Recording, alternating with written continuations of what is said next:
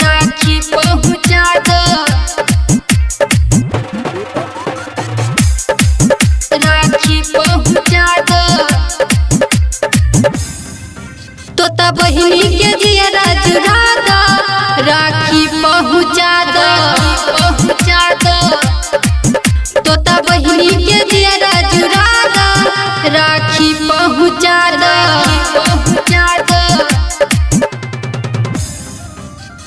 बानी अकेले तू हो जा सहैया, बॉर्डर पर ड्यूटी करे हमर भैया, हमरा मनवा के श्रद्धा पूरा दो, राखी पहुँचा दो, पहुँचा दो, हे तोता बहिनी के जियरा जुड़ा दो, राखी पहुँचा दो, पहुँचा दो।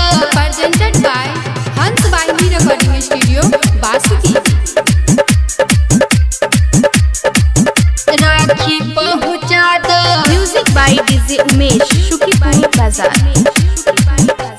सोची सोची के अब तरवाई, सुना होई भैया के कलाई, सुना होई भैया के कलाई। भाई बहन के प्यार के बात बा, बॉर्डर पे होत लड़ाई सुनत बा, बॉर्डर पे होत लड़ाई सुनत बा। आज बहनी के लाज बचा दो, राखी पहुँचा दो, पहुँचा दो, तोता बहिनी के श्रद्धा पूरा दो, राखी पहुँचा दो, पहुँचा दो।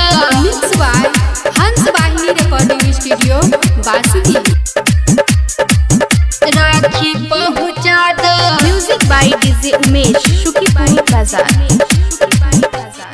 अजित नरेंद्र छुट्टी लेके आइले, प्यारी बहनिया से राखी बन्हैले, प्यारी बहनिया से राखी बन्हैले।